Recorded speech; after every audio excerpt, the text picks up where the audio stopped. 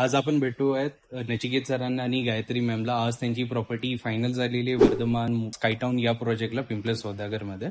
So very first of all congratulate सरांना. सुरुवातीला मी असं तुम्हाला प्रश्न विचारेल की अशा 3 गोष्टी तुम्ही सांगू शकतात की लाईक ज्याने करून तुम्ही आज प्रॉपर्टीच्या फायनलायझेशन वरती आलात. First is location. It's a very prime location. Second is needs are very accessible to you in this particular location. And third is competitive pricing.